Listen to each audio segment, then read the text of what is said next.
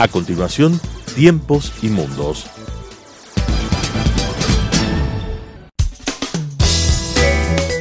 Clasificación A. Apto para todo público.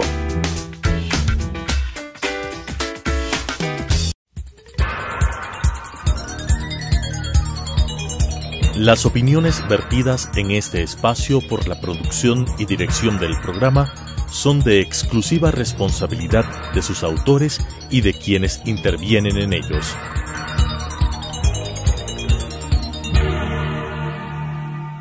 Telesucesos Canal 29 UHF presenta Tiempos y Mundos, un análisis de los acontecimientos y las tendencias que en nuestro común planeta se producen día a día, con la conducción de Alan Cathay.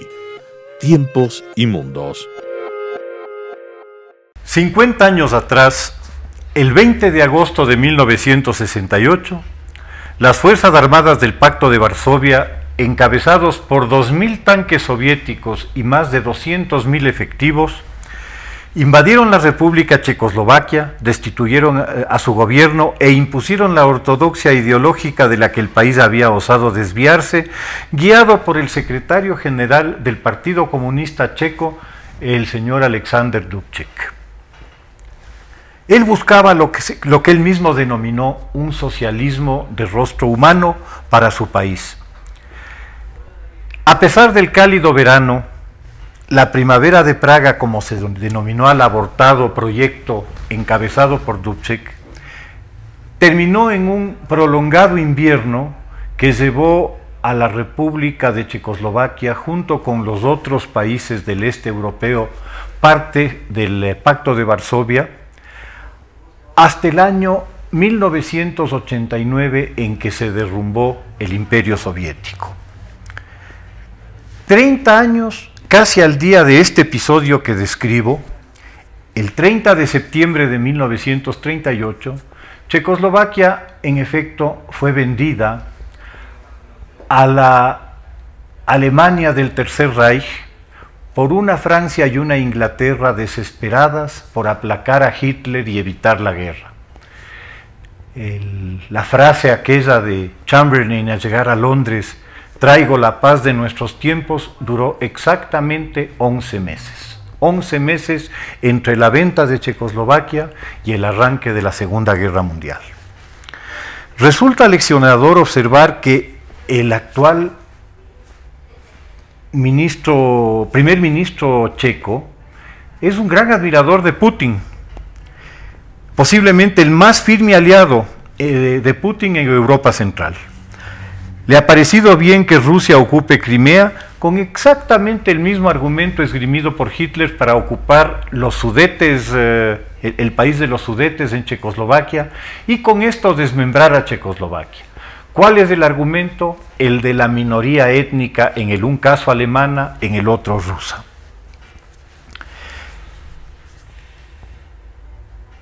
También sorprende que el otro país que tuvo el honor de recibir la visita de los tanques rusos en gran cantidad en el año 1956, que fue Hungría, el actual primer ministro húngaro, el señor Orbán, sea también un ferviente admirador del señor Putin y de las políticas rusas.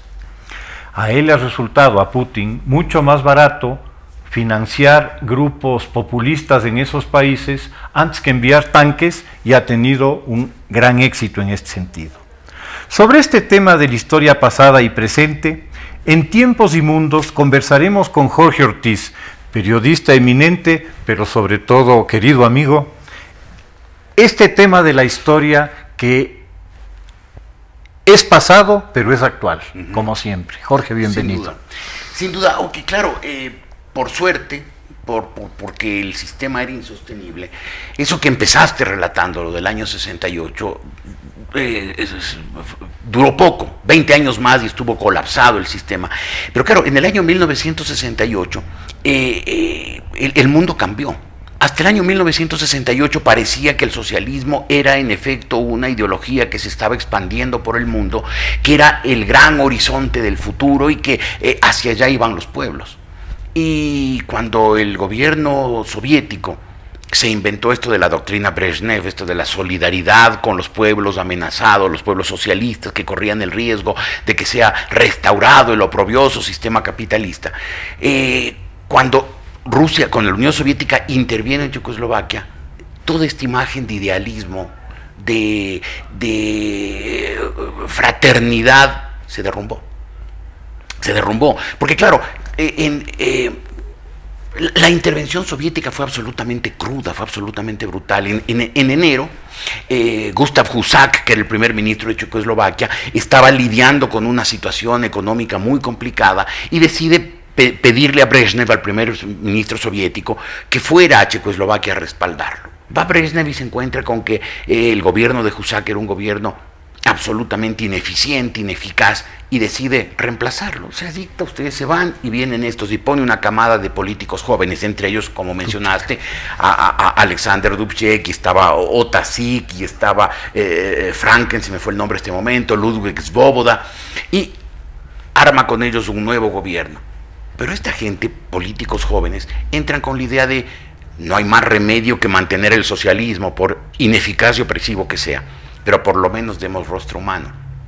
Y empiezan en abril, y por eso se llama la Primavera de Praga, a hacer una serie de reformas, entre otras, permitir que la gente se organice en instituciones civiles, en cooperativas, en sindicatos, en gremios, lo cual le asusta a Brezhnev, a la cúpula del socialismo mundial, porque dicen, este mal ejemplo va a cundir. Ahora, no solo es esa la preocupación que tal vez es el fantasma más grave que se levanta, es que Dubček propone una apertura en el tema de la información. Propone que haya un poquito más de información correcta y no de propaganda. Y esto, claro, este fue el acabose. Claro, es que a todos los déspotas, y aquí lo padecimos con Correa durante 10 años y medio, todos los déspotas temen a la información libre, porque la información libre permite que la gente sepa de sus fracasos, de sus errores, de sus desatinos, de sus abusos, de su corrupción. Y allá como acá, pues, empiezan a asustarse cuando hay información libre. Finalmente, pues, como tú dijiste, el 20 de agosto, 500.000 tropas del Pacto de Varsovia, porque fue extraño, salvo Rumania, la Rumania de Nicolae Ceausescu, todos los países se plegaron, incluso la Yugoslavia del mariscal Tito y la Albania, tú muy cercana a Albania, claro, en esa época con una visión distinta. Con una visión distinta a la actual, por supuesto, y la de entonces tenebrosa. Todos participan en esa invasión a Checoslovaquia, 2.300 tanques, 700 aviones. La gente en Checoslovaquia no le quedó más remedio que responder a eso con humor. Hay la famosa anécdota de que, claro, el 20 de agosto al amanecer, unos helicópteros soviéticos iban sobre Praga y las diferentes ciudades de la República Checa y de Checoslovaquia, por entonces en un solo país, lanzando unas hojas volantes diciéndole a la gente, la comunidad socialista ha tenido que intervenir para evitar la restauración del sistema capitalista y la agresión extranjera. Y la gente reacciona de la manera más simpática posible, agarran las hojas volantes, sin que haya una consigna ni nada, por pura inspiración, y se van a los lugares donde estaban las tropas checoslovacas, a la embajada, a los consulados, o de los países del este, Alemania Oriental, Hungría, Polonia, a devolver las hojas volantes, diciéndoles, camaradas, se le cayeron estos papelitos del helicóptero que estaba borrando. De noche tenían prácticamente todas las hojas volantes que habían lanzado, les habían devuelto, que era una forma de resistir con humor la invasión socialista, la opresión que quisieron poner. Claro, a Dubček lo destituyeron, ¿no? Lo dejaron unos meses, lo sacaron, terminó esposado, ¿no? Y terminó de guardia forestal. De guardia forestal en Eslovaquia, después de haber intentado, nombrándolo embajador en Turquía, que deserte, que pida asilo político en el occidente, pero el tipo se mantuvo. Y claro, sacaron a Dubček y pusieron otra vez pues un gobierno cuadriculado, un gobierno estalinista, claro, que obedezca las órdenes de la Unión Soviética. Y claro, lo único que hizo eso es agravar la crisis, porque el socialismo es, por definición, un sistema ineficiente en lo económico y opresivo en lo político. Y claro, los pueblos, y el pueblo checoslovaco singularmente, guiado por un líder excepcional, Havel, como era empezó a reaccionar, ¿no? Empezó a reaccionar, y en 1988 en 1988, un poco antes de la caída del muro de Berlín, en Praga empezó a moverse la Carta de los 77 que había escrito precisamente Václav Havel, y en 1989, en septiembre de 1989, la gente lo empezó a aclamar a Václav Havel, y reapareció Alexander Dubček después de su exilio como guardia forestal, y la gente los aclamó de una manera, horas enteras la gente reunida en las calles, aclamándolos a Václav Havel y a Alexander Dubček. El gobierno comunista estaba caído, fue el fin del socialismo que se precipitó después, incluso con la disolución de la Unión Soviética. El año 68 fue crucial para que eso ocurriera. Y fue crucial en muchas otras cosas, ¿no? El año 68 fue un año que marcó el cambio, diría yo, más marcado en lo que se recuerde de la historia, al menos del siglo XX, en cuanto a las relaciones con la autoridad. Realmente el año 68 lo que significó fue la reacción sobre todo de la juventud del mundo a una forma de autoridad tradicional, a una forma de autoridad vertical, y eso se expresó en Estados Unidos, se expresó en Europa, de manera clarísima se expresó en Checoslovaquia, que es el caso que estábamos comentando. En París, en mayo. Y naturalmente el mayo del 68, que sacudió realmente los cimientos del pensamiento, ¿no? Y en general en las capitales occidentales, cuando una especie de contracultura, la que reflejaban, por ejemplo, los Beatles, en el cine, películas como 2001, Odisea del Espacio, todo lo que significó los prolegómenos para lo que el año siguiente sería Woodstock, todo eso fue sería Woodstock y el viaje a la luna. Y el viaje a la luna, por supuesto. ¿Cómo no? Por supuesto. Hay en el tema de la invasión, yo pienso que hay que entender un poco qué es lo que estaba detrás del pensamiento soviético, porque ese pensamiento no ha muerto. Leía que hoy, estamos hablando del día de hoy, la alta oficialidad rusa, que eran en ese entonces subtenientes, que hoy día son generales, o que fueron hasta hace muy poco, ven el episodio de Checoslovaquia como uno de los grandes éxitos de la acción de la Unión Soviética, y ven la intervención militar como una operación militar de texto, como una cosa excepcional que permitió que las fuerzas malvadas del capitalismo no retomaran el poder en Checoslovaquia. Esta es la visión del alto mando ruso hoy. Tengo mis dudas de que sea algo difundido entre la oficialidad rusa, porque, a ver, cuando en 1989 se cae el muro de Berlín, Boris Yeltsin le arrebata el poder en Rusia, en la Federación Rusa, una de las 15 repúblicas soviéticas, a Gorbachev, proscribe el Partido Comunista. Hay el 19 de agosto el intento de golpe de la ortodoxia socialista dura, los militaristas, los guerreristas. Eso le permite después al gobierno soviético, encabezado por Gorbachev, que logra retomar el poder después de que lo habían metido preso en Crimea. Él purga las Fuerzas Armadas. Además hubo un poco antes, te acordarás del episodio de Matthias Rust, ese no? chico que llega volando a la Plaza Roja. A la Plaza Roja, sí, sí. Desde Hamburgo, en una Cessna, y aterriza en pleno, lo cual demostró que las defensas antiaéreas soviéticas eran pésimas. La mayor potencia militar del mundo, ese momento por encima de los Estados Unidos, aunque tecnológicamente muy atrás, no puede evitar que una avionetita Cessna burle los radares y se meta y aterrice en plena Plaza Roja, delante del Kremlin, delante del mausoleo de Lenin. Era una cosa absolutamente increíble.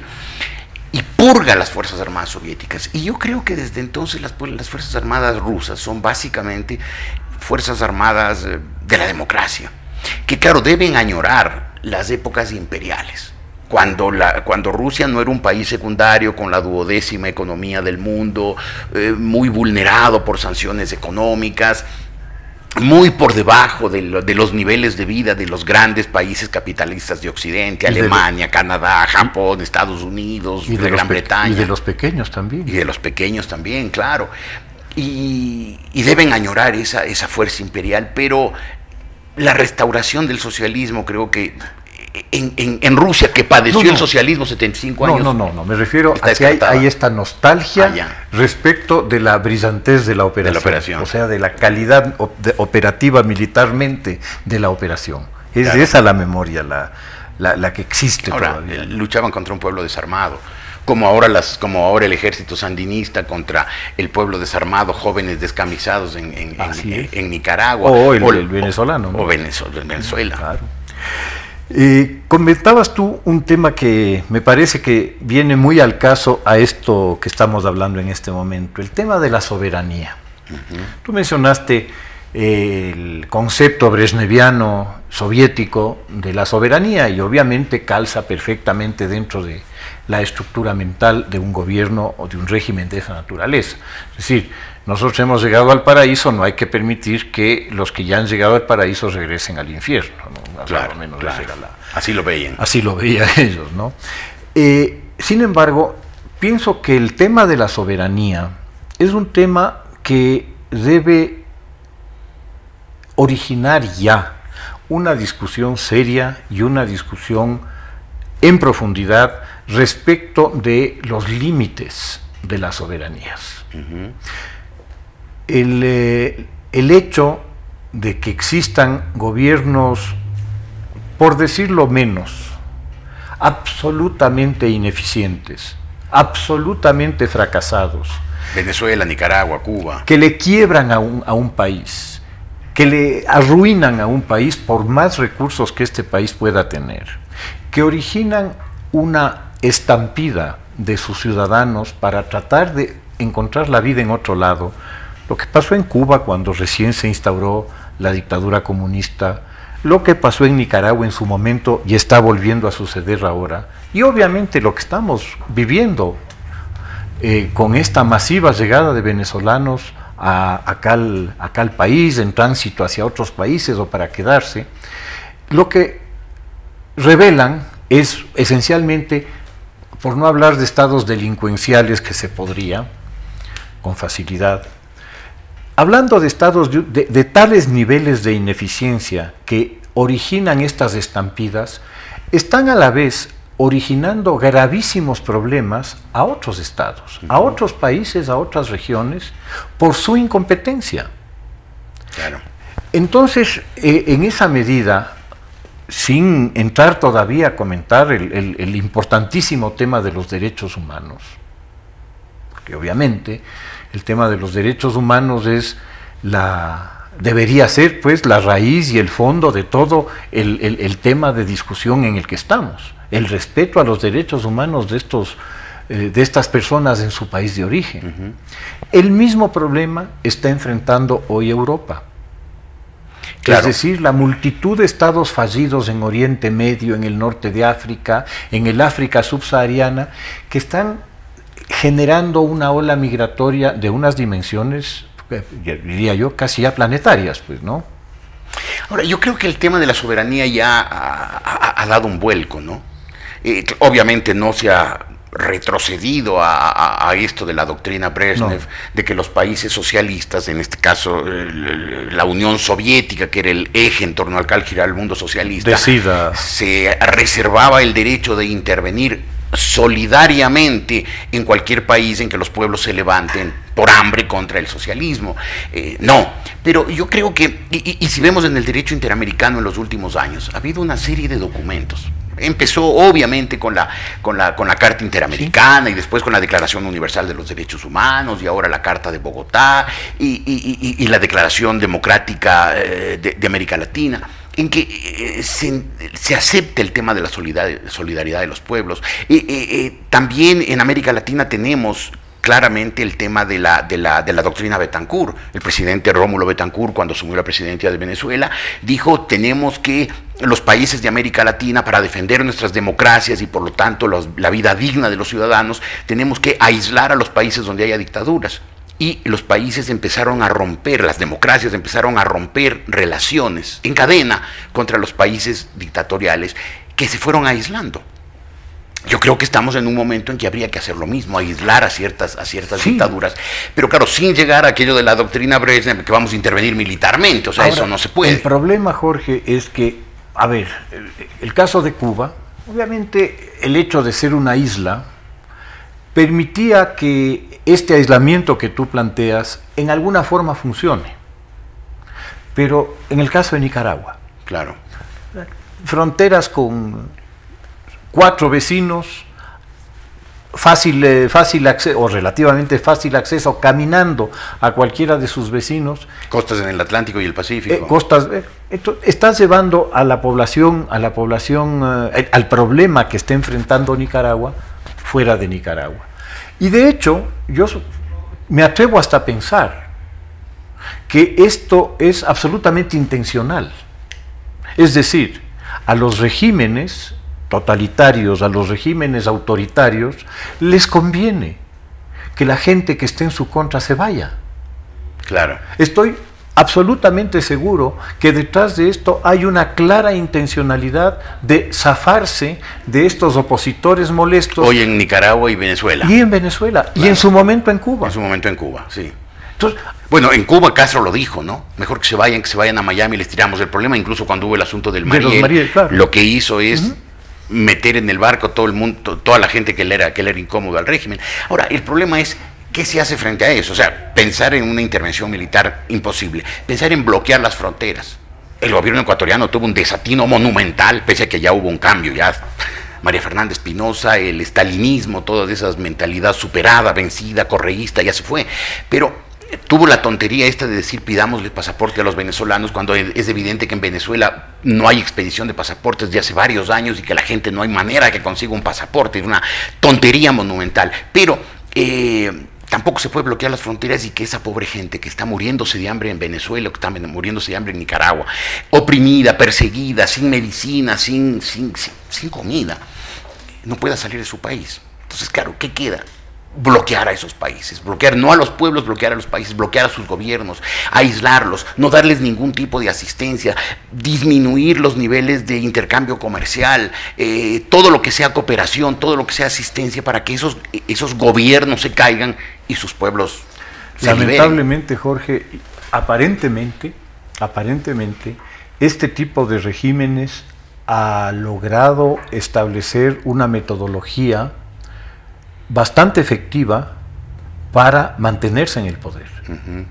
Es decir, en el momento en que un gobierno pierde cualquier tipo, voy a emplear el término vergüenza, pierde cualquier tipo de vergüenza ante la opinión pública internacional, al fin del día, con cuántas balas cuento y con cuántos dispuestos a dispararlas, y me quedo en el poder. Claro. Y eso es lo que estamos viendo, ¿no? Claro. Pero claro, ¿cuál sería la opción, ¿no? O sea, ese es el tema que te decía, que es importante empezar a pensar. Claro. Es decir, habría que llegar a formar una especie de fuerza multinacional de intervención humanitaria para cuando los países estén pasando calamidades, como es la situación actual de Venezuela o de Nicaragua, pueda una fuerza internacional apaciguar, pero eso sería ya convertir el concepto de soberanía nacional en algo casi inexistente, ¿no? Y casi llegaríamos a la situación de los países socialistas en la peor época de la Unión Soviética, cuando le entregaban el derecho de intervenir al Partido Comunista de la Unión Soviética. Hay un montón de tela para cortar, mi querido Jorge. Dificilísimo tema. Y es un tema que vale la pena, sí, porque esto no va a terminar aquí. No. Te agradezco mucho. Al contrario, gracias a ti, Alan. Me encantó tenerte como siempre. Las opiniones vertidas en este espacio por la producción y dirección del programa son de exclusiva responsabilidad de sus autores y de quienes intervienen en ellos.